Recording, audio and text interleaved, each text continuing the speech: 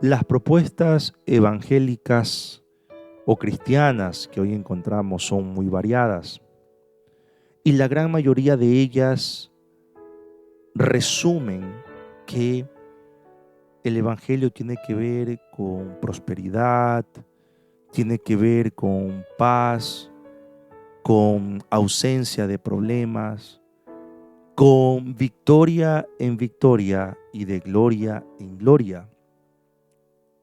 Y aunque esto suele ser un discurso muy llamativo y con muy buena intención, tendemos a anular de manera tácita el sufrimiento que se vive en el Evangelio. Porque cuando se vive el sufrimiento en el Evangelio, se lo asocia casi siempre con algún ataque del adversario, diablo, Satanás, como le quieras llamar, o se lo asocia con el pecado, la corrupción del mundo que quiere tumbarte, o en otros casos con algún pecado que tengas oculto y que debido a eso se generan todo ese sufrimiento y dolor en la vida. Pero yo encuentro algo muy distinto en la palabra de Dios y quiero compartirte lo que encuentro en 2 de Timoteo capítulo 1 versos del 8 al 12. Dice así: por lo tanto, no te avergüences de hablar bien de nuestro Señor Jesús. Tampoco te avergüences de mí, que estoy preso por servir a Jesucristo. Al contrario, tienes que estar dispuesto a sufrir por anunciar la buena noticia. Ya Dios te dará las fuerzas necesarias para soportar el sufrimiento. Dios nos salvó y nos eligió para que seamos parte de su pueblo. No hicimos nada para merecerlo, sino que Dios, por su gran amor, así lo planeó. Dios ya nos amaba desde antes de crear el mundo, pues desde entonces pertenecíamos a Cristo Jesús.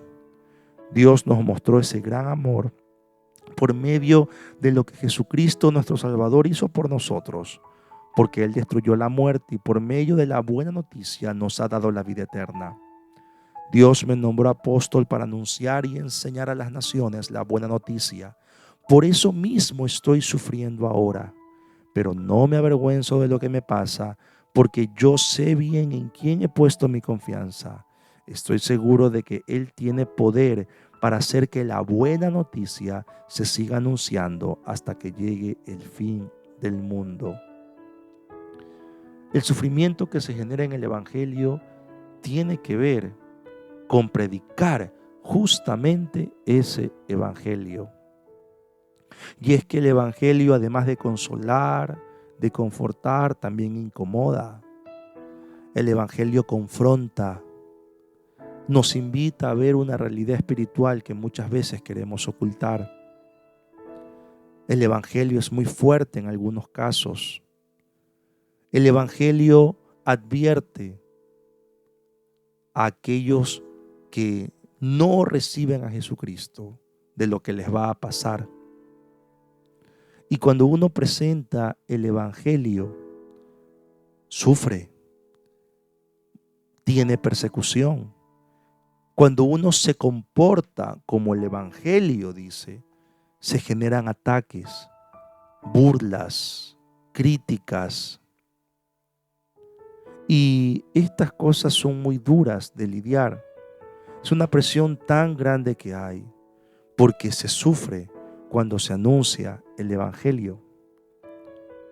Y podemos decir, bueno, eso ocurría en el siglo I, donde había cárcel, había persecución. Y es que en la actualidad, en algunos países, aún mucha gente son privados de su libertad por predicar el Evangelio. Y así no tengamos la situación carcelaria en nuestro contexto, seguimos recibiendo persecución, burlas, no solamente de aquellos que rechazan el Evangelio, sino de aquellos que dicen vivir el Evangelio, pero siguen señalando y criticando. Eso también es un tipo de persecución. Así que se sufre tanto fuera del Evangelio como en medio de él. Pero que este sufrimiento no se traduzca en abandonar el camino del Señor, sino que Dios mismo nos fortalezca para que esa situación de dolor sea un aliciente, sea un motor para que con mucho más ánimo y con mucha más fuerza sigamos anunciando el Evangelio, las buenas noticias de Cristo Jesús. Esto ha sido la perla de hoy. Nos veremos el día de mañana con otra perla del cielo. Dios te bendiga.